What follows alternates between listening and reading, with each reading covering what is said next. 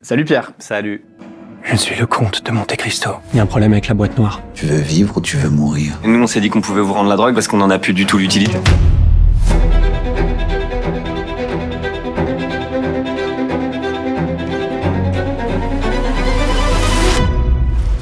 Allez, on file. Tu vas bien ? Ouais, très bien, et toi? Très bien. Ravi de te recevoir à nouveau aujourd'hui. C'est la dernière interview, c'était il y a peut-être 3 ans et quelques, ça faisait quelques temps. T'es bien installé ? Je suis hyper bien, je crois, ouais. On va décrypter, qu'est-ce qu'on... Là, on va décrypter. Ok, pendant ça environ décrypte une heure, on va à balle. décrypter. Donc, Ça décrypte décryptage à au go. balle, ça ne Allez. s'arrête pas jusqu'au bout comme ça.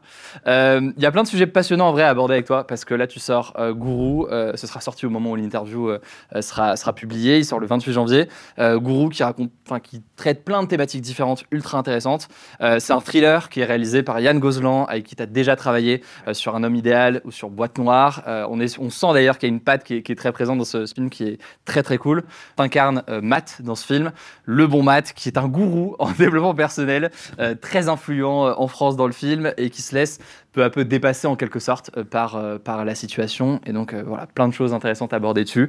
T'es prêt ? On va pouvoir Grave. parler de tout ça. Mais avant de poursuivre l'interview, on voulait vous parler du partenaire qui nous permet de réaliser cette vidéo, Conto, le compte pro français qui permet de créer son entreprise gratuitement. En 2025, 1,16 million d'entreprises ont été créées selon l'INSEE, un chiffre qui a augmenté de près de 4,9% par rapport à 2024. Pourtant, malgré cet engouement, 40% d'entre eux disent ne pas avoir été suffisamment préparés avant de se lancer. Un constat qui montre à quel point l'accompagnement et l'organisation sont essentiels pour un projet durable. Il existe d'ailleurs des dispositifs qui aident les entrepreneurs au quotidien. C'est le cas de Conto qui a lancé une offre gratuite de création d'entreprise pour accompagner les entrepreneurs dès le premier jour. Concrètement, Conto vous aide à vous lancer en toute confiance en vous accompagnant à chaque étape. Génération des statuts, dépôt de capital, immatriculation et bien plus encore. Leurs experts gèrent tout à votre place et sont disponibles 7 jours sur 7 pour répondre aux questions. Et une fois votre entreprise créée, vous avez ensuite accès à leur compte pro et à leur outil de facturation pour gérer votre business simplement. Alors si ça vous intéresse, pour toute nouvelle création d'entreprise avec Conto, vous pouvez recevoir 50 € directement sur votre compte en utilisant le code HUGO50. Un QR code s'affiche à l'écran. Le film, déjà, ce qui est intéressant, c'est qu'il s'ouvre sur... Alors, on va pas tout spoiler, mais il s'ouvre sur une sorte de grand spectacle, un grand show de Matt. Et l'une des forces de Matt, c'est que c'est un très bon orateur. Il l'utilise, on verra d'une certaine façon, mais c'est un excellent orateur. Ouais. Et c'est un trait qu'on retrouve à la fois chez des personnes capables de faire du bien, je sais pas, un Mandela, j'ai plein de personnalités comme ça, ou des personnes aussi qui sont capables de faire beaucoup de mal. Mais chez ceux qui sont capables de faire du mal, il y a aussi une capacité à dénaturer le langage en quelque sorte, à le vider de son sens. Est-ce que c'est quelque chose que tu as essayé de montrer dans ce rôle-là ? Complètement, c'était ce qui me passionnait. En fait, il y a déjà 8 ans, je pense, j'ai eu cette idée de me dire il y a peu de personnages d'orateurs au cinéma, ce qui est très bizarre parce que la parole, depuis qu'on est sorti du cinéma muet, c'est un truc incroyable. Et au cinéma, tu penses évidemment à DiCaprio quand même dans le Loup de Wall Street, mais bon, c'est pas un coach, mais il électrise quand même ses employés avec la doctrine capitaliste, on va dire. Et après, tu as effectivement Tom Cruise dans Magnolia qui lui joue un coach, mais un coach en séduction, puis c'est que 1 ou 2 scènes et c'est un viriliste, masculiniste et tout machin. Donc quand même un autre sujet. Et effectivement, ces figures d'orateurs de qu'est-ce que tu peux faire avec les mots, à quel point tu peux rentrer dans la tête des gens en étant bon à l'oral et en étant un bon orateur et voilà. Et à quel point tu peux, une fois que tu es dans leur tête, un peu faire ce que tu veux, tu es chez toi, quoi. Et je trouve ce super pouvoir un peu passionnant. Et ensuite, le coaching est arrivé. J'ai commencé à voir sur les réseaux sociaux se multiplier ce qu'on voit tous, les coachs en développement personnel qui te disent comment vivre, comment t'organiser, comment te discipliner, comment te muscler, comment manger, etc., comment être millionnaire en 6 mois. Et j'ai trouvé l'arène passionnante de me dire ok, c'est quoi la vitrine de ces gars-là et qu'est-ce que ça peut être les coulisses. Et donc j'ai commencé à faire un peu des recherches et là je suis allé voir Yann Gozlan avec qui j'avais fait Boîte noire. Ouais. Et donc ça donne effectivement des scènes assez folles où on sent la force des mots et en même temps, encore une fois, la façon dont les mots peuvent vouloir tout et rien dire. Ouais. Y a cette phrase qui est beaucoup répétée. Encore une fois, ce que tu veux, c'est ce que tu veux. Qu'est-ce que ça veut dire d'ailleurs, ce que tu veux, c'est ce que tu es? Comment est-ce que toi tu l'interprètes ce terme-là? En fait, déjà, faut bien dire qu'il y a des coachs qui sont très bons. Et nous, on partait du postulat que Coach Matt, dans Gourou, c'est un coach qui veut le bien des gens, qui est plutôt bon, qui accompagne des gens très bien et qui arrive vraiment à casser des cycles d'habitudes et de pensée pour emmener les gens plutôt vers leurs rêves et tout. Et il faut bien dire que cette profession, tout n'est pas à jeter. Et il y a des super coachs, je le dis, parce que je sais déjà dans les commentaires, il y a des gens qui vont me dire « Ouais, mais attends, On est allé voir un scénariste justement qui était fort en dialogue parce qu'on voulait que le personnage soit assez ambigu. Donc il y a des moments où tu te dis bah grave, il a raison quand il dit on est dans une société qui va mal, moi j'essaie juste de faire du bien à quelques personnes et pour ça je leur remets de la discipline, je leur redis d'aller faire du sport et des bains froids et des trucs. Why not en fait? Et d'autres moments où tu te dis bon, plus questionnable et même sur la morale plus questionnable et qu'est-ce qui se passe quand un mec qui a autant finalement d'emprise et de pouvoir sur les gens déraille. Et ce que tu veux, c'est ce que tu es. Ça représente vraiment à la fois un message très positif, plein d'espoir, de te dire ok, les cartes sont dans mes mains et je peux faire plein de trucs en fait. Et c'est vrai, on n'est pas tout le temps au top de ses capacités. Et parfois, on a besoin d'un déclic pour se dire il y a plein de trucs que je peux faire et que je ne fais pas encore, où j'avais pas la bonne méthodologie. Mais ce que tu veux, c'est ce que tu es. C'est aussi ce que va lui dire une sénatrice à un moment dans le film, c'est de la positivité toxique possiblement. Si on te rabâche ça non-stop et qu'on ne te donne pas vraiment d'autres outils, il y a un moment où en fait, c'est un peu la méthode Coué, c'est tu te dis que tu vas bien et pour aller bien. Mais en fait, on sait maintenant avec la psychanalyse quand même qu'à côté, il y a comment tu as grandi, ta religion, ta couleur de peau, la société, ton taf. Un déterminisme social potentiellement, une méritocratie qui marche pas trop et qui pas trop de réalité. Exactement. Et l'idée de remettre tout le temps la responsabilité que sur vous, que sur les gens, il y a un moment où tu dis c'est culpabilisant juste. Et si tu n'y arrives pas, c'est encore une fois que de ta faute. Tu vois. Donc ça joue là-dessus. Et on va reparler de cet aspect-là tout à l'heure, mais du coup on le disait, c'est quelqu'un qui s'exprime bien. Alors avec un choix des mots, on l'a dit, qui est contestable et qui peut être manipulateur, mais qui s'exprime bien. Comment est-ce que tu te prépares sur un rôle comme ça? Et c'est quoi d'ailleurs les caractéristiques pour toi d'un bon orateur quand tu as voulu le préparer? C'était quoi? Moi, j'ai regardé beaucoup de coachs, donc des coachs américains, mais il faut savoir qu'on en a beaucoup en France aussi. Et j'ai essayé vraiment de me dire, j'ai renoué un peu avec mes amours des planches et du théâtre en me disant, il faut que je retrouve comment embarquer une salle parce qu'il fait donc, lui, en plus des réseaux sociaux, des grands séminaires qui sont des scènes très importantes pour nous, qu'on a vraiment traité comme des matchs de boxe, quoi. Tu vois, c'était vraiment des rendez-vous où il se joue un truc sur le ring. Donc là, avec les gens, les convaincre, les persuader, les remotiver, les booster, voilà. Et en même temps, il se joue toujours quelque chose entre les lignes et dans les coulisses et tout ça. Et après, moi, j'ai beaucoup regardé des coachs, j'ai beaucoup regardé des gens qui parlent de rhétorique, de comment effectivement t'amènes du mieux possible ta pensée. Et ça, c'est vraiment passionnant, quoi. Et encore une fois, on voulait pas faire un personnage qui était juste soit un masculiniste, soit un mec qui était que sur uniquement la performance, le sport ou comment tu vas gagner énormément d'argent. On voulait que ce soit un mec assez complet qui va chercher justement du côté des neurosciences, du côté de la science et qui te dit des trucs où, comme moi, j'imagine que ça t'est arrivé aussi, on est sur les réseaux et des fois on se dit « trop bidon » et des fois on fait « ça m'intéresse ça. Cette phrase elle résonne en moi », tu vois. Et les mecs sont assez malins pour que des fois ils font des phrases assez génériques pour que ce soit un peu en mode comme un horoscope, tu vois. Tu te dis ça, je me reconnais grave là-dedans. Et parfois, ils sont sincères et parfois, c'est un peu malin de leur part aussi. Est-ce qu'un très bon acteur, c'est forcément un très bon orateur? Parce que tu dis, c'est un très bon acteur, tu sais jouer des rôles, mais est-ce que du coup, tu sais t'exprimer Non. Déjà, il y a le service après-vente, c'est-à-dire la promo, ce qu'on est en train de faire. Bon, là, moi, c'est un sujet qui me passionne, c'est un peu mon bébé, ce film en plus, parce que c'est la première fois que je produis. Mais il y a des gens qui sont pas très bons en promo parce que c'est pas des très bons orateurs, ça les empêche pas d'être des acteurs de ouf à l'écran. Avec un texte qu'ils ont appris ou un personnage dans lequel ils se sont mis. Bien sûr. Et puis tous les personnages sont pas tenus d'être super vendeurs, charmants, séducteurs comme les coach maths dans Gourou. Mais je pense qu'un acteur aussi peut se transcender et dans la vie être très introverti, pas très bon à l'oral et pour un rôle rechercher, travailler et arriver à ce résultat-là. Donc je pense que ce qui est génial avec les acteurs, c'est que toutes les familles d'acteurs existent et je pense qu'il faut de tout, tu vois. Ouais, et puis tu as même les acteurs finalement qui dans la vraie vie peuvent être complètement timides et un peu renfermés sur eux, mais qui se révèlent sur scène. Toi, tu as dû en connaître, on voit. Bien sûr. Puis tu as ceux qui perdent leur toc quand ils jouent, tu as ceux qui perdent leur bégaiement quand ils jouent. Donc il y a un truc magique avec le fait de jouer des rôles et des personnages quand même. Et bien sûr, moi je suis vraiment pour dire il faut de tous les genres et tout. Parfois, tu sais, tu as des comptes de haters sur les réseaux où tu vois genre « Ah bah c'est pas Jean Gabin, ah bah c'est pas Delon » et tu fais genre « Ouais, mais en fait, il faut tout. » Et à l'époque, il y avait Gabin, Delon et puis il y avait d'autres gars déjà aussi, tu vois, au théâtre. Quand tu fais Laurel et Hardy, il faut Laurel et Hardy, quoi. Il faut les deux. En fait, tu as un peu toutes les vibes et on a besoin de toutes les natures et de toutes les formes et de tous les genres de paroles et de background pour composer des films intéressants. On va tenter un truc. J'ai essayé de retrouver des phrases de sortes de gourous influenceurs développement personnel sur les réseaux sociaux. Ok. On a récupéré aussi quelques phrases de vrais philosophes. Aïe. On va essayer de deviner. Allez, je vais dans le mur. Tu vois, alors il y en a qui sont faciles, il y en a qui Ok. sont pas évidents. Donc et évidemment, on va pas résumer la pensée d'un Socrate ou d'un Nietzsche à une phrase, c'est quand même plus profond que ça. Mais c'est quand même assez marrant de voir les T'as les sections. réponses, toi, devant toi? Ouais, j'ai les réponses. Ok, donc je joue en solo. Ouais, malheureusement, ça. ouais, moi je me suis pas pris de risque, j'ai les réponses. Ouais, je comprends. Tout je simplement. comprends. Tu décryptes. Déjà, Ouais. c'est Ouais, déjà c'est bien. énormément de taf. Ne croyez Ah, pas. je peux pas non plus jouer à des N'essayez jeux. pas de décrypter chez vous. Je vous en conjure. Vraiment, Il y a attention. que moi qui peux- Ce mot d'ailleurs est déposé, donc n'essayez même pas de prononcer ce mot sur moi. Ça fait 3 ans que je t'ai vu. Ça fait 3 ans que tu décryptes. Tu dois être épuisé. C'est tout le temps, mec. Ça n'arrête pas de décrypter.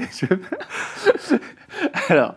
Il me manque un verbe, moi, en fait. Parce que moi, je m'appelle Pierre Oui, j'avoue. Ninet. Bon, Ouais. il me Bon. faudrait un verbe. Il te faudrait un truc. Pierre joue ou Pierre. Pierre joue, mais Pierre- boring. C'est- T'as décrypte, c'est fort, quoi. Je réfléchis à la fin de l'interview. Je Tu vous sais dis que ce Pierre, mot- mais c'est tu sais quoi? que c'était un peu un hasard. Pierre le mot. fulmine. Je suis un peu énervé. Mais au moins, fulmine, j'aime bien. Pierre fulmine. En plus, ça pourrait être Fulmine, ça fait un petit nom de famille. Ça me choque Un pas petit comme nom de personnage, tu sais, je vois les petits Ouais. personnages de dessin animé, la Linéa, un peu le gars là. Pas content. Ne à clippez la pas ça, je Disney. vous en conjure. Pas content. famille. Attends. Donc, philosophe ou gourou de développement personnel sur les réseaux. Ok. Connais-toi toi-même. Non, bah ça, non. Ça, c'est évidemment. T'es pas obligé de dire le nom philosophie, du- je vais essayer, mais. Non, mais t'inquiète, ça, c'est Pas ça, un là-haut autre dessus, niveau. mais c'est genre. Vas-y, dis. C'est Socrate, mais peut-être que d'autres. Non, je ont- savais, je blague. c'est Ouais, Socrate. non, mais oui, Je vais plus tenter de dire un seul nom d'origine. À Mais ta c'est place, je t'en prie. évidemment philosophie antique. Très bien, parfait. Là où l'on se concentre, l'énergie circule. Un jeu de probabilité, je dirais comme premier, c'est Socrate. Je dirais que ça, c'est vraiment coach Joe. C'est un coach. C'est un Tony Robbins. Ah, c'est un Tony Ok, Robbins. ouais. Ok, c'est quand même le haut du panier des coachs, gros coach américain, Exactement. multimilliardaire, je pense maintenant. La confiance en soi Ouais. est le premier secret du succès. Vu comment tu me l'as donné, si j'étais juste mentaliste, hein, je dirais tu me l'as donné gentiment, t'as mis les formes pour me montrer que c'était quand même joli C'est- et que c'est c'est bien réfléchi. dit et que donc je dirais philosophe. Non, c'est un coach. Ah Denis Brognard. C'est un Ralph Waldo Emerson. Bon, je vais pas la rêve du gars. Mais c'est pas un coach. Si C'est un coach. C'est un coach. C'est-à-dire que jusqu'à la question 12, Non, j'aurais... non, attends, j'ai écrit Oh là là. philo. Attends, mais même moi, je suis pas sûr. C'est un des gros flops le jeu. C'est un philosophe du 19e, la honte. J'ai cru que c'était un coach. Donc c'est ce que... Ah mais ok, bah j'ai tu mentalisé vois, un ouais. truc faux, mais au final j'ai la bonne Au réponse. final, c'était complètement ça. Nous sommes ce que. J'en ai encore 3-4. Vas-y, Nous sommes ce j'adore. que nous faisons de manière répétée. Ça peut être les deux, parce Ouais. que ça peut être de la psychanalyse, un truc un peu pointu, et ça peut tout à fait être coach math aussi. Ouais. Bah, là, c'est Aristote. Voilà. Que je trouve. Mais ça pourrait. T'as raison, ça pourrait être les deux. Deviens ce que tu es. Bon là, ça devient compliqué là. Deviens Ah, ça, ce que c'est- tu es. c'est Alors bizarre. ça, c'est bullshit coach pour moi. C'est Nietzsche. Allez, je quitte l'émission. C'est extraordinaire. Ça pouvait pas être plus... Pourquoi? Mais pourquoi je prends le risque de dire bullshit coach? Oui. Pourquoi? Dis-le. Moi, à ta place, j'aurais fait. Mais Je oui, sais pas, oui, mais- il suffit juste de faire ça tout le jeu. Ah, t'as la prends charge. des Le risques. mec qui dit ça, mais quel Ah, con. bullshit Nietzsche. Oh là Il a là. rien compris, lui. Ah, Pierre Fulmin. Il fait trop le mec. Avec son deviens ce que tu es là. Il fait trop le gars. Ah, c'est fou de prendre des risques comme ça. Ça fait 15 Bah, ans que je fais après- des interviews, j'ai toujours pas compris comment fallait Il y a faire. des pièges. Après, encore une fois, en une phrase, en 3 mots, bon. Non, c'est dur. c'est Redis la très phrase, générique. redis-moi la phrase. Deviens ce que tu es. Mais c'est vrai que. Ouais, elle est dure. En fait, putain. ce qui est fou avec celle-là, c'est que c'est très proche du de Ce ce que tu veux, c'est ce que tu es. de gourou. Bah oui. Mais peut-être qu'ils se connaissent. Hein. Votre.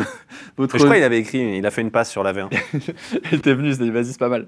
Le dernier. Votre vie change quand votre esprit change. Vous êtes des petits bâtards. C'est Voilà ce dur. que j'ai envie de dire, parce que vraiment, c'est très dur. Votre vie change, votre expérience, c'est totalement correct. Ça pourrait être. La manière dont c'est mis, et comme il y avait Nietzsche avant, maintenant, je vais dire que c'est coach. Ouais, c'est coach. Bon, ok. C'est coach. C'est coach. Ah, c'est Eh, pas franchement, glorieux, quand tu même. les as eu quasi tous. Juste le. Ouais. Deviens ce que tu es, il est tellement Mais il y en a court. plusieurs que j'ai foiré, je crois. Et je pense que Nietzsche a un peu plus développé sa pensée que deviens ce que tu es. Deviens C'était ce peut-être que pas tu en couverture du livre avec lui, comme ça, par exemple. Exactement. Je pense, hein. Je pense pas qu'il a fait une conf en mode avec Un TED à Talk. 500 balles d'entrée, Ouais. mais que ça a changé ta vie quoi. 500, c'est à 4000 les séminaires. 4000 pour 2-3 jours, tu vois. Ouais. Mais quand même, hein. Ouf. En France, hein. En France. Ouais, ouais. Et aux États-Unis, t'avais regardé les prix des. Non, j'ai pas regardé les tarifs, mais Tony Robbins, on m'a dit que c'était genre, tu pouvais payer, je sais plus, il y a des trucs genre des 30 000 balles maintenant pour assister à des trucs. C'est fou. Ouais, parce que c'est une resta maintenant, genre, voilà quoi. Putain, et les gens qui payent. Parce que là, tu vois, dans le film, forcément, c'est abordé. Et c'est abordé sur un prix de film qui est kiffant à mater. Parce qu'il y a un côté vraiment thriller dedans. Mais c'est vrai que du coup, tu vois les coulisses de ce truc-là aussi. Dans le public et les gens qui participent, c'est des montants qui sont colossaux. Ouais. J'imagine qu'il y a aussi, du coup, dans les dérives-là, une forme de dépendance et de trucs qui se créent, y compris financièrement, Complètement. qui peut être immense, quoi. C'est ce que y a une scène au Sénat où mon personnage se fait un peu Ouais. mettre sur le grill par une sénatrice. J'adore cette scène et j'adore cette actrice qui était justement à la Comédie Française avec moi. Et elle est super et justement elle lui dit non seulement vous n'avez pas de diplôme, vous n'avez pas de truc et vous devez accompagner parfois des problèmes très graves parce qu'il y a un biais énorme, c'est que le public forcément qui viennent dans ces séminaires, c'est des gens qui sont pas forcément hyper au top dans leur vie, qui ont connu des traumas, qui ont eux-mêmes sont dans un moment de fragilité et tout. Donc on se questionne sur à quel point c'est le fond de commerce de ces coachs, vraiment la fragilité des gens et à quel point il y a un abus de pouvoir à un moment. Et il y a des scènes fortes, je pense, dans le film. En tout cas, on a essayé de montrer à quel point les gens peuvent être borderline et que ça peut vite partir en live entre ce que tu leur promets et ce qu'il y a vraiment. Et évidemment, et ça on s'en est rendu compte quand on a préparé le film, on est allé à des séminaires et Yann il est allé à un séminaire. Et il y avait un gars à côté de lui qui avait genre 55 piges. Et le mec sur scène disait vous allez devenir des millionnaires, vous allez faire vos 10K dans là, machin. Et il disait ça va arriver là dans les mois à venir. Et lui, il disait moi, c'est mon 4e séminaire, quoi. Donc ça faisait genre, je sais pas combien, ça fait 1 an et demi qu'il venait, tu vois, 2 ans. Et Yann, il lui dit, mais du coup, ça y est, ça, le business, il disait, ouais, c'est dans les tuyaux. Et là, tu captes qu'il y a une addiction au fait juste d'être hystérisé collectivement, d'être dans une ambiance de fou. C'est ce qu'on a essayé de filmer vraiment et de mettre, et de capturer vraiment dans le film. C'est comment on peut te mettre dans un état second, comment on peut aussi, même si tu le sens pas, on parle pas d'état second, je parle pas des gens en transe comme ça, hein. Je parle juste le petit kick de dopamine, d'endorphine que ça te fait d'être avec des gens, une communauté, te retrouver, avoir un objectif commun, regarder de manière pyramidale un gars qui vous donne des conseils, qui vous simplifie la vie. Ouais. Ça, c'est archi séduisant. Ouais, il y a un côté solution un peu clé en main et en même temps, oui, cette forme d'énergie, mais que tu peux retrouver dans plein de domaines, que ce soit le domaine politique, même dans le sport d'une certaine façon, ça n'a rien à voir, mais cette forme d'énergie, t'as plein de gens ensemble et t'as un engouement et tu te... Et comme tu le disais au début, c'est pour le meilleur et pour le pire, quoi. Tout dépend des intentions des gens derrière, quoi. Parce que c'est vrai que, et après on abordera plein d'autres sujets, mais c'est vrai que le terme de coaching, il a tellement en fait, c'est un mot qui représente plein de réalités, des trucs différents. T'as des coachs. J'avais entendu, je crois que même dans une de tes interviews, que toi-même, en fait, t'avais été suivi par un coach ou t'avais vu un coach. T'en as qui sont là pour poser des questions et d'autres qui sont effectivement en ligne ou sur les réseaux sociaux, qui ont une démarche de je balance des trucs, quoi. Moi, j'ai pas fait de coaching de vie. Hein. Les coachs que j'ai fait, en fait, c'est des coachs pour les films. Donc, tu vois, styliste pour Yves Saint Laurent, des trucs comme ça, des coachs de sport, évidemment, et tout. Mais ce qui se rapproche le plus d'un coach de vie / gourou, moi, c'est ma meuf dans ma vie. Parce qu'elle est prof de yoga et parce qu'elle est nutritionniste. Donc, forcément, t'as des bons tips quand t'es en tournage, quand t'as pas le temps, quand t'es stressé et tout. Donc, ça, voilà. Mais elle est dans un champ de connaissances qu'elle a approfondi depuis 15 ans et elle s'exprime que sur ce champ de connaissances. Le truc qui peut trigger un peu, qui peut être un petit red flag, c'est quand il y a plusieurs trucs, mais il y a un truc, c'est quand effectivement le mec a un champ de connaissances beaucoup trop large et que le spectre, il peut te conseiller sur ta voiture, ton prêt, la spiritualité, la religion. Il y a le package intégral qui coûte plus cher d'ailleurs, le package intégral. Titanium, forcément.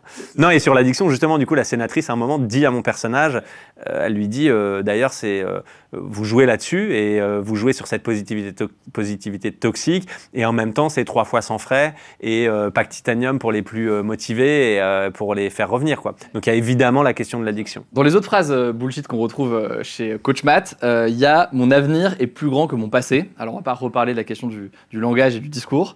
Mais toi, d'un point de vue professionnel, est-ce qu'il y a une rencontre qui t'a marqué, qui a été importante, cruciale dans ton parcours d'acteur aujourd'hui ? Moi, je dis souvent que c'est mes profs de théâtre. Donc, c'est un peu boring, mais en même temps pas boring. Moi, j'ai été à l'école publique et j'ai eu la chance de tomber sur des profs archi bienveillants qui m'ont mis dans une safe zone en me disant...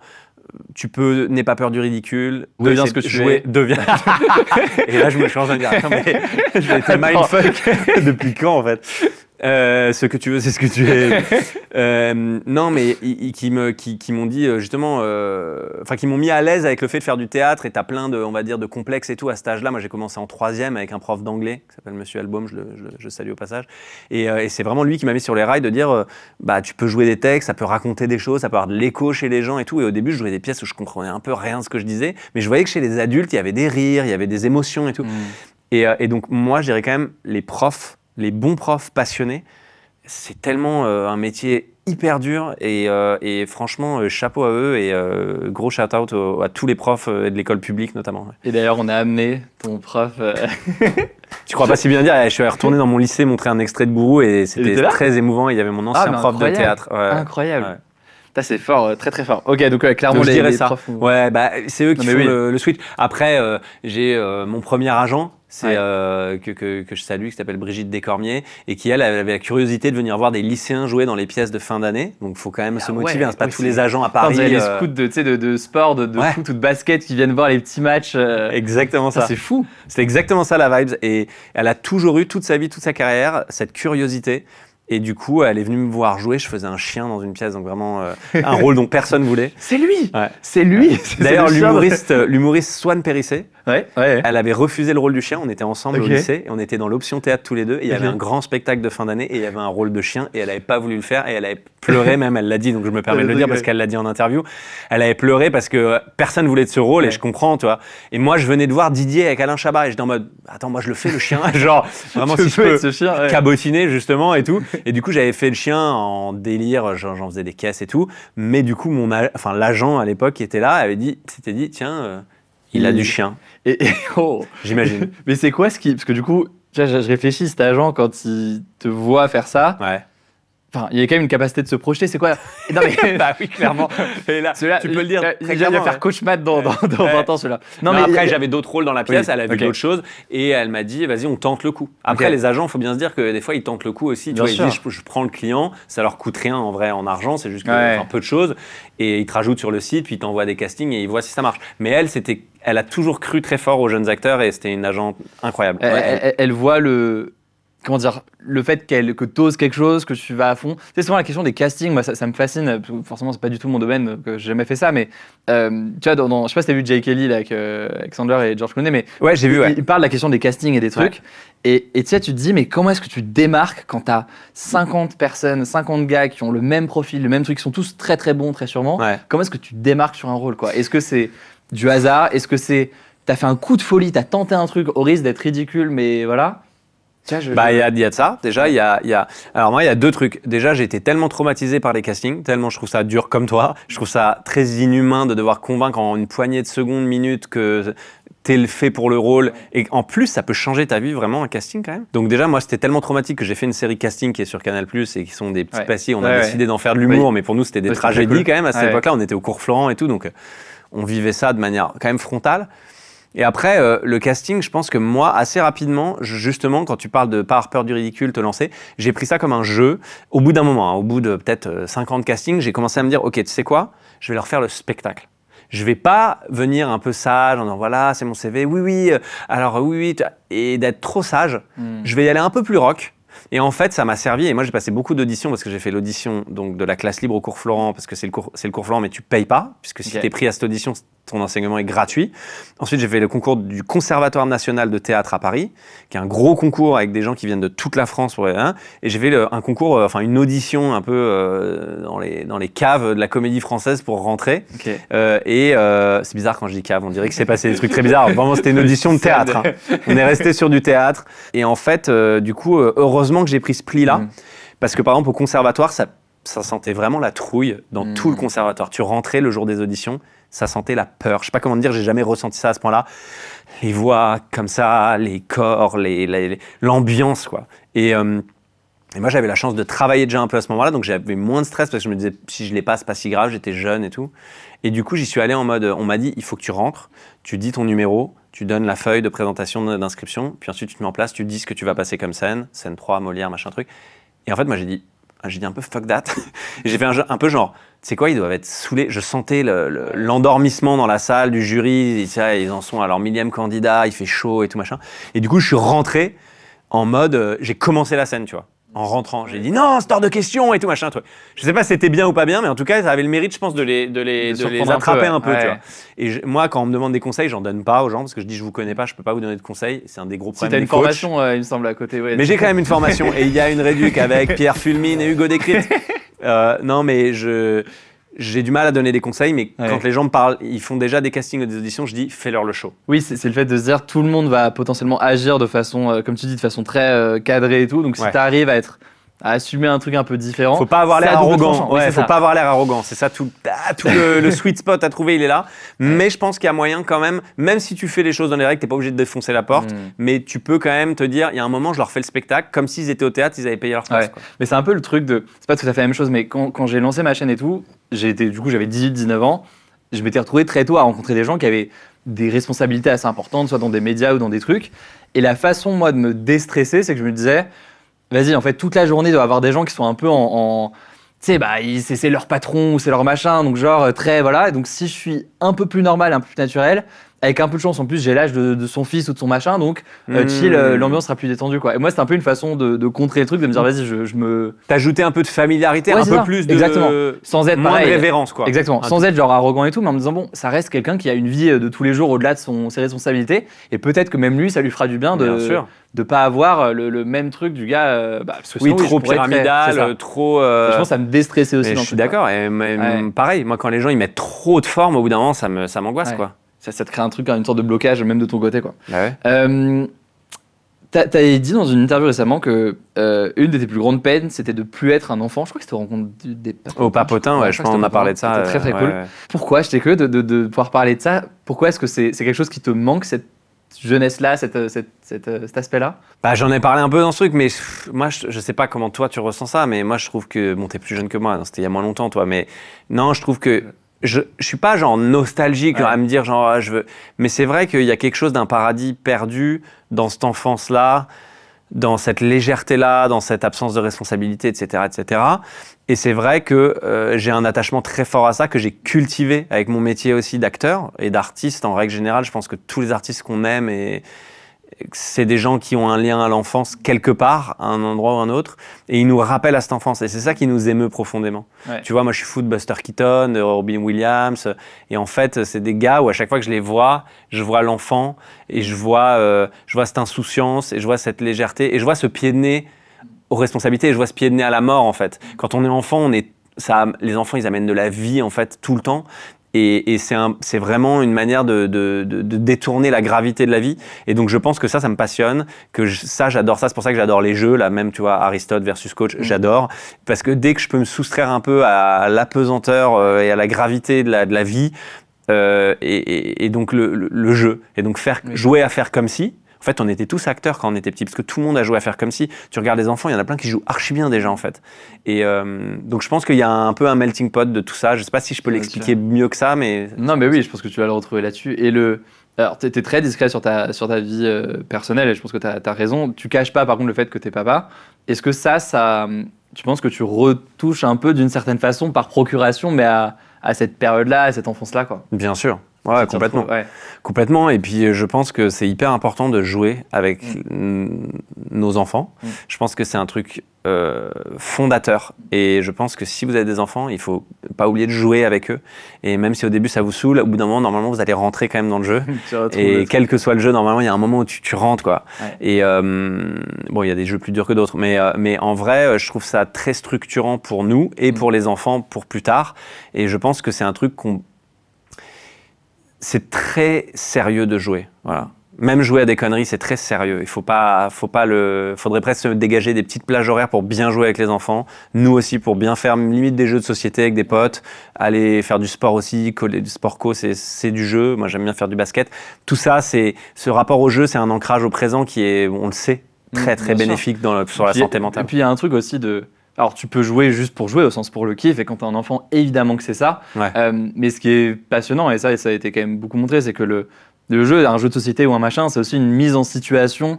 Alors évidemment, tu le fais pas pour ça, tu le fais pour t'amuser, mais c'est une mise en situation, parfois de la vie, de tout un tas de situations dans lesquelles tu peux te retrouver. Et donc ça peut t'enrichir à tout point de vue. Complètement, très, très complètement. Ça muscle plein de choses en fait. Le jeu, il te muscle l'empathie, la stratégie. Effectivement, c'est un miroir de la société sur certains jeux intéressants et tout. Ouais, moi, je prône le jeu. Et parfois, quand les gens grandissent, ils perdent un peu de cette fantaisie ou en tout cas juste même de cet appétit du jeu qui paraît accessoire. Et non, je crois que c'est pas accessoire. Bon, après, je dis ça, je suis biaisé de fou parce que ma vie, c'est jouer. Donc, Non, mais tu te souviens du moment, est-ce qu'il y a eu un moment où tu t'es dit, ah, là, je suis un adulte, ou en tout cas, je suis plus un ado, ou T'as pas eu un moment ou des trucs de... Non.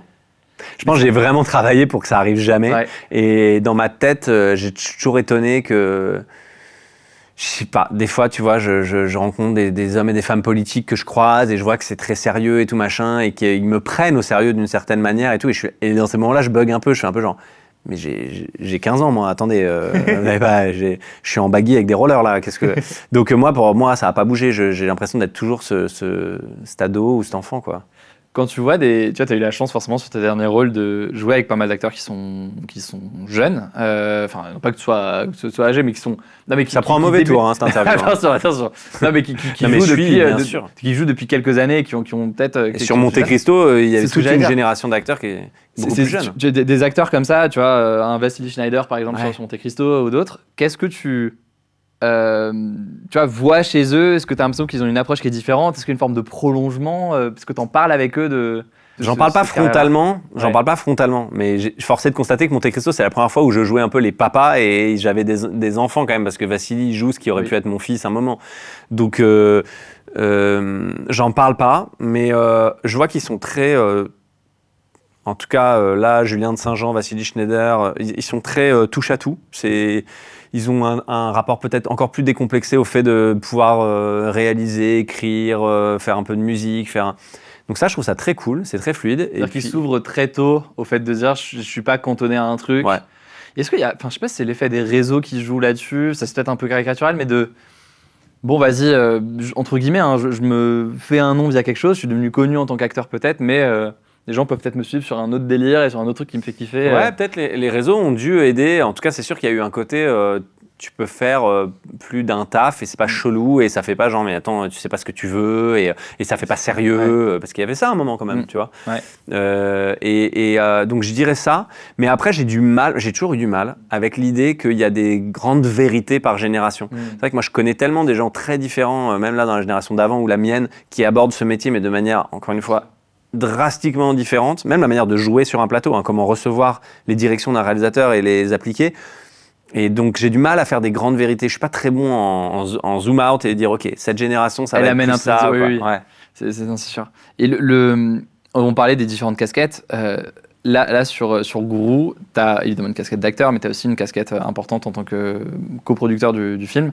Ça change quoi? Est-ce que c'est la première fois déjà que c'est le cas? Et ça change quoi, du coup, une casquette de producteur pour toi? Bah, quand tu es juste acteur, tu arrives un peu au dernier moment. Tout est prêt. Le plateau, les lumières, les chefs de poste, voilà. Et puis tu as ton texte, tu t'en parles avec le réal, tu tournes. Producteur, c'est très différent. Ça dépend de ton implication, mais moi, j'aime bien être très impliqué dans les projets que je produis. Donc, l'idée, c'est d'arriver très tôt en amont. Là, je suis arrivé avec l'idée originale en plus et je l'ai présentée à Yann. Ensuite, il écrit, je suis toutes les versions du scénario. Ensuite, on choisit tous les chefs de poste ensemble. C'est Yann qui valide tout et qui fait des propositions, mais on en parle ensemble, on échange. Qui va faire la lumière? C'est tellement important, la lumière du film. Pareil, les décors, les costumes, etc. On parle de tout. Donc, c'est énormément de conversations et peu à peu, ça devient très passionnant et très intense de rentrer dans le moteur, quoi, vraiment. Ouais. Et ça, jusqu'à encore aujourd'hui, avec Yann, ce matin, on parlait encore de quelle campagne d'affiches on pousse, quelle bande-annonce on met dans quelle salle. Plein de choses que tu n'aurais pas forcément...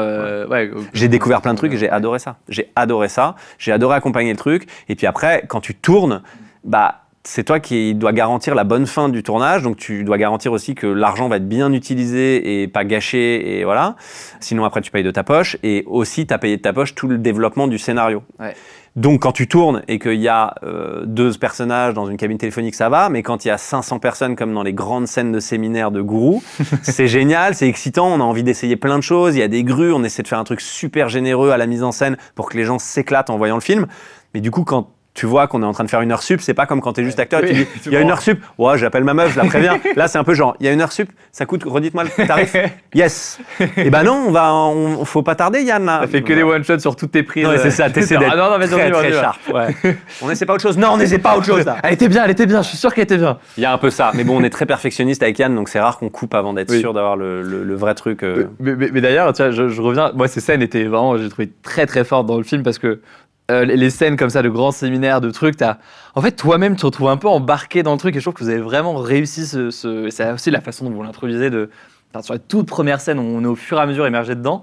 Ouais, c'est des trucs où tu te dis, il y a une part d'impro quand même là-dessus, tu te dis, je vais balancer un peu des conneries sur scène et on va voir ce qui accroche. Est-ce que ton truc est quand même scripté à fond?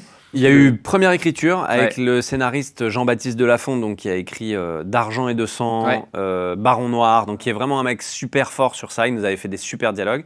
Après, on réécrit un petit peu avec Yann quand on fait les lectures avant le tournage. Et le jour J, ça m'arrivait de réécrire dans la nuit la scène en me disant ça, on l'a un peu déjà dit dans telle scène. Ça, ce serait cool d'appuyer ce truc-là parce qu'avec cette actrice-là, quand on a joué cette scène, bref, ça fait écho à un truc intéressant. Donc c'est vivant, c'est toujours vivant.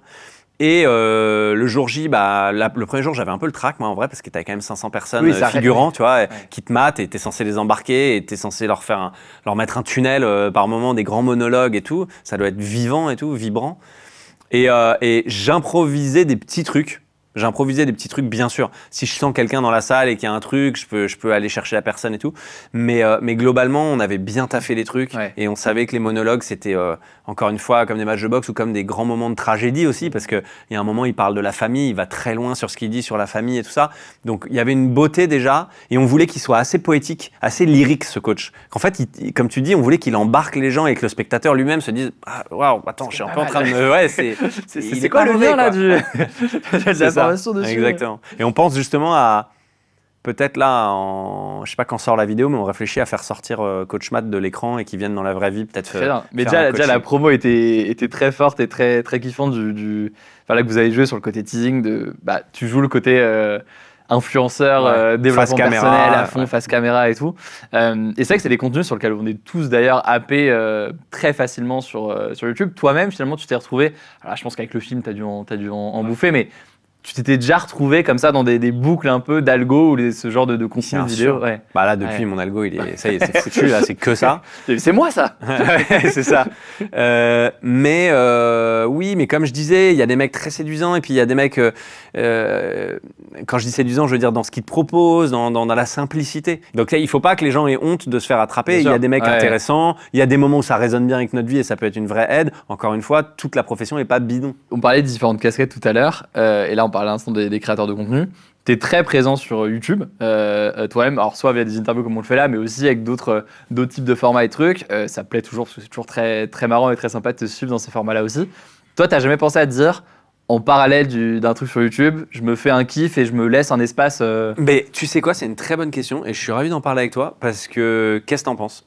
Parce que t'as plus les outils, t'es plus jeune et tout. Il y a des fois, je me suis dit, est-ce que je me ferais pas un YouTube pour parler de ciné, mais aussi peut-être filmer des coulisses, Alors je sais pas exactement ce que je pourrais proposer, mais un contenu qui serait vraiment où tu te dis ok, ça vaut le coup d'ouvrir une chaîne pour ça. Mais qu'est-ce que t'en penses? Moi, je pense qu'il y a un truc à faire de fou. En fait, je trouve que quand on dit être évidemment, tu serais pas youtubeur, mais tu ferais des choses sur YouTube. À partir de là, tu peux faire ce que tu veux. Et je trouve que là, tu l'as très bien dit, le côté partager des passions, des trucs. Je pense que les gens, ils kiffent rire quand ils te voient dans des vidéos sur YouTube. Comme ils kiffent te voir jouer, mais ils kiffent aussi t'écouter sur des trucs. Donc, je trouve qu'il y a un aspect là qui est intéressant à découvrir des passions, des trucs. Mais le côté coulisses, t'en parlais, c'est un gros truc. Hein. Je trouve que c'est aussi que je trouve que le domaine, le métier d'acteur et cette dimension-là, elle est parfois même à la fois beaucoup évoquée dans les interviews et à la fois, mais très concrètement, vous faites quoi? Et au-delà des making-of, très filés et tout, il peut manquer des trucs. Moi, je pense qu'il y a un truc que je pourrais faire grave. En fait, pourquoi pas? Surtout que t'as pas d'obligation de succès au sens je veux à tout prix que ça fasse X vues ou X machin. La réalité c'est que tu veux partager les trucs que tu fais, après tu peux le faire aussi sur Insta ou sur autre chose, mais moi je trouve qu'il y a un truc. Ok. Je vais te coacher, je peux faire un coaching si tu veux. Franchement pas mal, tu me diras combien je te dois là. Non, il y a un truc à faire. Plusieurs fois dans le film il y a ton personnage, le fameux coach Matt, qui regarde les statistiques évidemment de ses vidéos, qui cherche son nom sur X, etc. Pour voir ce qui se dit de lui. Quel rapport, toi, tu as à ça aujourd'hui? Est-ce que tu regardes? Est-ce que tu essaies de pas regarder et les gens te disent un peu s'il y a des sujets? Comment est-ce que tu gères ton rapport au réseau sur la question de ton image? Après, je vais te renvoyer la question parce que toi, tu es tellement de plus en plus présent. T'es une multinationale maintenant.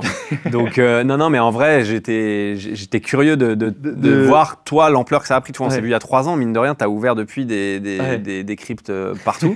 Et je trouve ça trop fort ce que tu fais. Et je me demande, c'est quoi la pression que tu prends? Et est-ce que tu lis les commentaires des gens et tout machin? Donc, tu pourras me dire aussi? En vrai, non, moi, je peux te dire pour commencer, déjà, on lit les commentaires, on lit les trucs, on lit les messages parce que, moi, ce que je dis toujours à mon équipe, c'est qu'on a besoin de savoir s'il y a des choses qui vont pas, s'il y a des erreurs, s'il y a des choses qu'on doit améliorer. Et parce qu'en fait, on passe sur les réseaux, donc on doit avoir tout ça. Après, il y a l'autre volet qui est peut-être le volet plus, je sais pas, critique ou autre chose. Enfin, je sais pas, un autre volet plus large qui peuvent te viser toi ou plus largement. Et ça, moi, j'ai un peu un truc où je check rarement aujourd'hui. Mais je sais qu'au sein de l'équipe, on est structuré de telle façon que y a quand même une veille sur Ok. qu'est-ce qui se passe et tout. C'est que genre, heureusement que je suis pas sous chaque post, sous chaque contenu, à checker en permanence les retours, les réactions, les commentaires, s'assurer que tout roule, qu'il n'y a pas d'erreur de machin. Parce que juste, je pourrais pas vivre, tu vois. C'est clair. Et en même temps, il faut qu'on puisse quand même checker. Donc, j'ai un peu réussi, je pense, à trouver un équilibre aujourd'hui où je check de temps en temps de mon côté, mais souvent aussi, c'est l'équipe qui me fait remonter des choses. Ok. Parce que sinon, je serais dépendant du truc, tu vois. Mais pas évident. Toi, Bah c'est non, vrai. mais moi, c'est un peu le même truc que j'essaie de mettre en place, surtout maintenant que je produis. Donc voilà, je peux me permettre de dire à des gens d'avoir effectivement ce système où ils regardent un peu pour toi. Après, moi, je trouve ça. Déjà, je vais plus sur Twitter. Ouais. Non, Donc, moi non plus. voilà. Genre, il y a des Ouais. trucs que je. Ouais. Twitter, c'est devenu vraiment trop nauséabond. C'est vraiment devenu une espèce de. Tout le monde est archi violent parce que je pense qu'il y a une récompense au fait d'être violent et d'être dans le truc lapidaire et plus t'es en fait plus t'es dans cette accumulation escalade de violence, plus t'es récompensé. Donc ça, j'ai pas envie de faire marcher cette machine là. Donc je vais plus sur Twitter, je lis plus les coms sur Twitter, ça m'intéresse plus. Et je pense que c'est je vais aller regarder les commentaires sous des vidéos à moi. Parce que j'aime bien le rapport que j'ai avec ma communauté, les gens, on se marre, moi j'essaie d'être le plus spontané possible et voilà, j'ai les T-Rex qui est une mini communauté dans la communauté Insta et qui en rigole beaucoup. Mais quand il y a des posts sur d'autres chaînes, d'autres trucs, là par exemple je vais pas aller voir les commentaires, je vais pas m'amuser à scroller les commentaires. Parce qu'en fait je pense que c'est contre-productif, bon déjà pour la santé mentale évidemment, ça vous le savez déjà, mais je pense aussi d'un point de vue artistique, pour un artiste c'est contre-productif et je pense que effectivement je préfère s'il y a un consensus sur un truc et qu'on me le fasse, il va remonter naturellement plutôt que rentrer dans la foire d'empoigne où il y a tout et son contraire, tu vois. Il y a littéralement tout, c'est là aussi le truc sans fin, c'est que tu peux te retrouver dans un vortex. nid de trucs, un vortex qui est complètement. impossible à. Complètement. Et on sait parce qu'on y a déjà été. On a déjà mis le nez dans un vortex. Ouais. Moi, j'ai déjà mis le nez dans un vortex avec moins d'expérience. Bien sûr que j'ai commencé à faire. Ouais. Ah, Et t'en- quoi Ah non, Ouais. ça va, il dit le contraire lui. Ah non, elle redit ça. Et puis après, tu fais, qu'est-ce que j'ai fait? Mais c'est n'importe quoi. Ouais. Et puis, je sais pas si ça fait vraiment sens, mais Tom Holland, à un moment, il a dit un truc, il me semble que c'est ça, et que j'avais trouvé ça vraiment intéressant. Deviens ce Il a que- dit deviens ce que tu Ouais, es. ça. Ce que tu veux, c'est ce que tu es. Et je trouvais ça vraiment catchy. Et c'est Socrate en fait. Non, c'est Booba, pardon.